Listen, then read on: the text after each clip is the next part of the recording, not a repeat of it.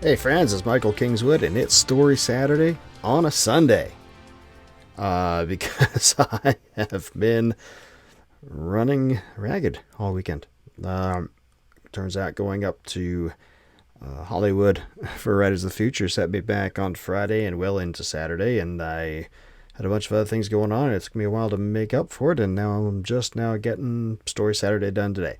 But hey, it's still the weekend, and Sunday starts with an S, so I don't feel too bad about it. I'll tell you more about the Riders of the Future trip because it was pretty cool on the stream tomorrow. That'll be 2 o'clock Pacific time. Deep dive. It'll be deep dive number 6 because I didn't dive on Friday because I was driving. Didn't drive yesterday because I was scrambling, and didn't drive Thursday because a whole lot of it's been a scramble the last several days. Anyway, so deep dive number 6 tomorrow, 2 o'clock. Be there, and I'll tell you about that trip. It's a great trip, but also lots to talk about with it. Anyway, this story is story number 10 from Stories from the Great Challenge. It is entitled Kicking the Anthill. It's an urban fantasy story with cops, and I think you'll like it. It got a semifinalist position at the Riders of the Future contest last year, so it's a really, really great story. Sit back. I'm going to read it to you, even though I'm not a voice actor. Have fun. Kevlar and ballistic plating doesn't help worth a damn against magic. Sergeant John Singleton really wished he'd known the suspect was going to turn out to be a wizard. He would have called for special magics. Instead, SWAT showed up, and they never had a chance. John's police cruiser sat crossways across the 2-lane suburban road in front of the house he and his men had cordoned off not so very long ago. It wasn't a fancy neighborhood, and the house went with it. A single-story ranch with peeling red paint on the sides, a weed-encroached front yard, and one-car carport on the right-hand side that was sagging where the suspect's getaway car had careened out of control into one of the yellowish-white pillars that supported the overhead. He cringed behind the car, watching in helpless frustration as one by one, the assault team who had just moments ago seemed imposing and undefeatable in their black fatigues, body armor, helmets, and rifles, fell beneath the magical onslaught that erupted from the house's front door. Sparks of red, blue, and green shot out, each striking a trooper squarely in the chest. The troopers fell to the ground, writhing, their cries of chagrin gradually rising in pitch as they shrank, going to the size of teenagers, then children, then toddlers, until they were left, equipment and all, barely larger than the blades of grass that grew over lawn in the yard. "Jesus, Sarge, what are we going to do now?" The voice came from behind the other cruiser, blocking the street in front of the house to John's left. He turned and saw Mendoza crouching behind the forward wheel well of the car, his pistol in both hands, barrel up toward the sky, and his dark eyes wide with shock and amazement.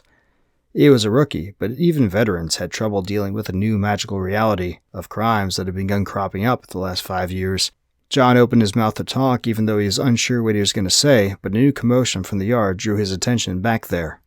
The SWAT guys were retreating, their tiny forms struggling to get through the tangle of grass and weeds that was the house's front yard to the street, and then to their van, which was parked a short ways down the street.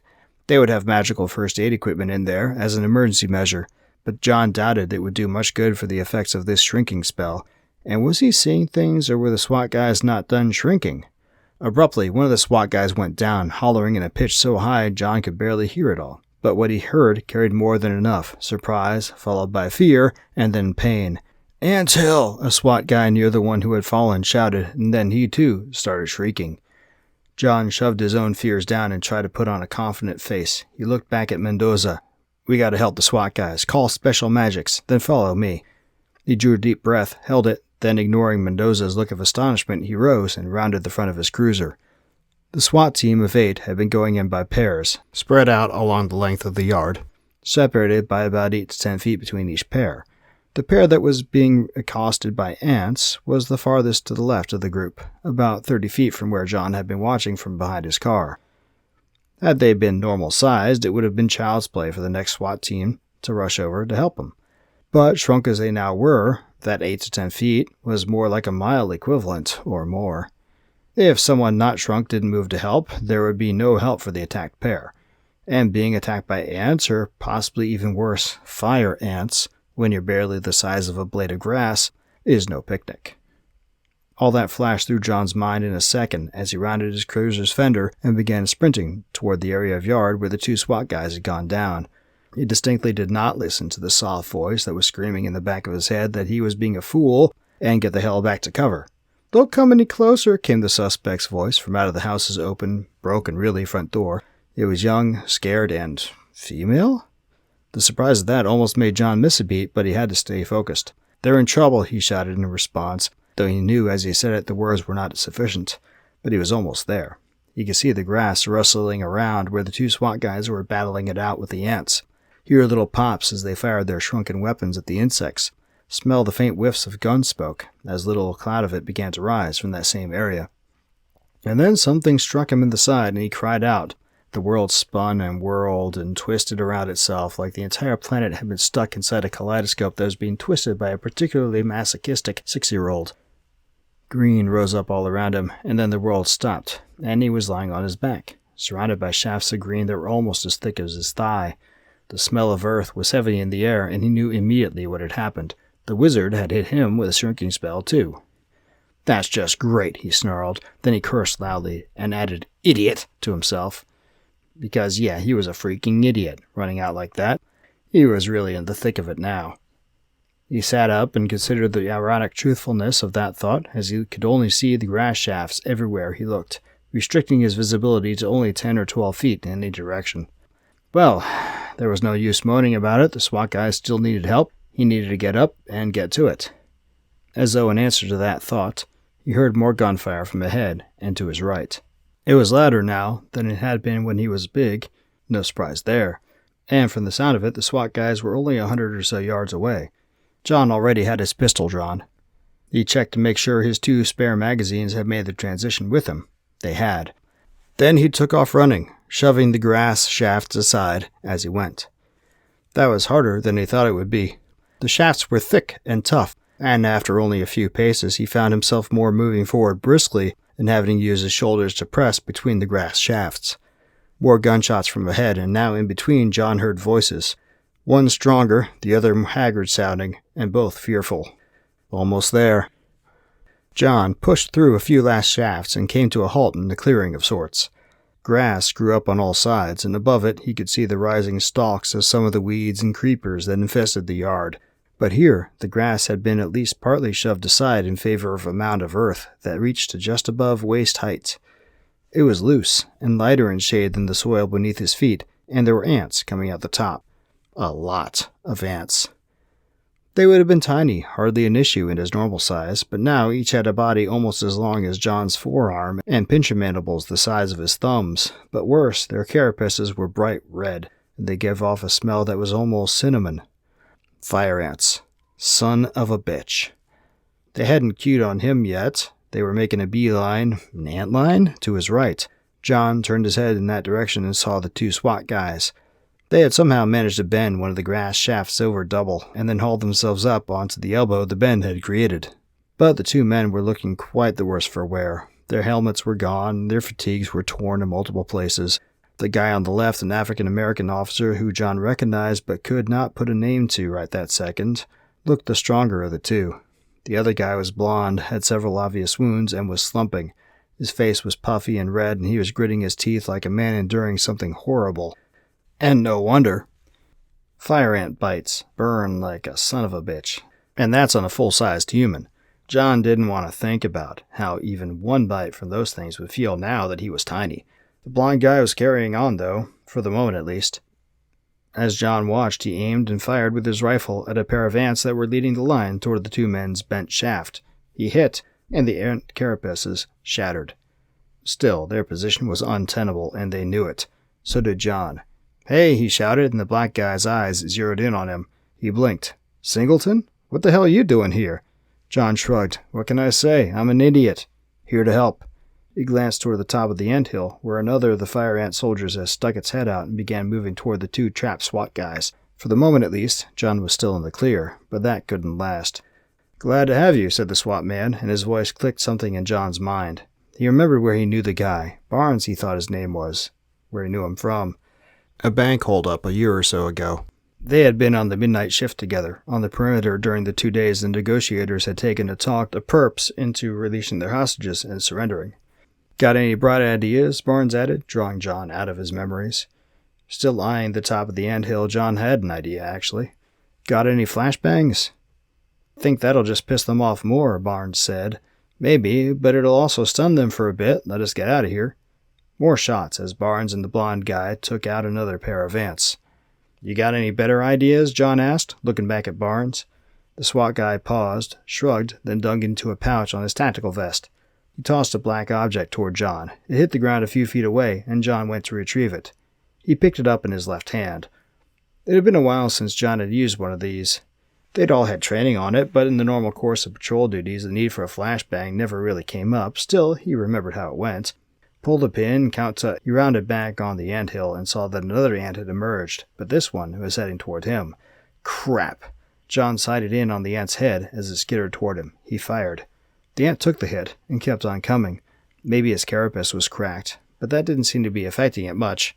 Crap! John's M&P fired 9mm bullets, which was fine for confronting gangbangers, but those don't have the muzzle velocity or the impact of a rifle round, and it looked like that was going to make a huge difference here. John backed up and shot again. Still, the ant kept on coming. At the top of the hill, the antennas of another ant were beginning to just poke out. The attacking ant was almost close enough to attack. Its mandibles opened wide. And then its head exploded at the same time as a report from a rifle shot came from John's right. He looked over and saw Barnes lowering his smoking barrel. Their eyes met, and Barnes gestured toward the anthill.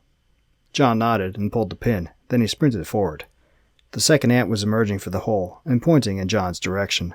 His shoes slid on the loose earth at the anthill's side, but he didn't let that stop him. He released the sprung of the flashbang and leapt upward, above the probing antennas of the emerging ant. As he passed over the hole and the emerging ant, he dropped the grenade. He hit the ground on the other side of the hill and lost his footing, sliding down the loose dirt and drawing a lot of dust and pebbles down with him. Then the flashbang went off, and the concussion of sound swept over him, knocking him flat for a second. He was just pushing himself up onto his hands and knees when something landed beside him with a crunch that he could just barely hear. He looked to the right and recoiled. An ant! About a heartbeat later, he saw it was dead. Carapace holed and broken in half a dozen places, the legs broken off. What the... Oh man, that was awesome! Barnes's voice drew John's eyes upward, and he saw the SWAT guy, his blond companion, leaning on him for support, hurrying across from his grass shaft to where John sat. That thing, he gestured with his right hand, he had his left around the blond guy's shoulder, letting his rifle drop onto its tactical sling toward the dead ant, shot straight up out of the mound. Must have been 30 feet. Great! John pushed himself up onto his feet and dusted himself off. He eyed the top of the anthill warily. The hole on the top was more of a crater now, and he thought he heard skittering sounds, lots of them, from within. We better get out of here. Barnes followed his look toward the hole and nodded agreement. Can you run, Eddie? He said to the blond guy. Eddie shook his head. Don't think so. Burns like a... He shifted a little and let out a gasp, then a groan, and his left hand pressed to his side. John could see blood flowing freely there. But as much as that must hurt, he knew the ant venom would make it hurt worse. All the same, good thing he'd been wearing Kevlar. If he hadn't, he might already be dead from the look of things. John glanced back at the hole again, then holstered his pistol and slipped his right arm over Eddie's shoulder on the opposite side from Barnes. He met Barnes's eyes from over top Eddie's slumping head. The SWAT guy nodded understanding. All but carrying Eddie between them, they hoofed it as fast as they could. Which was nowhere near fast enough for John.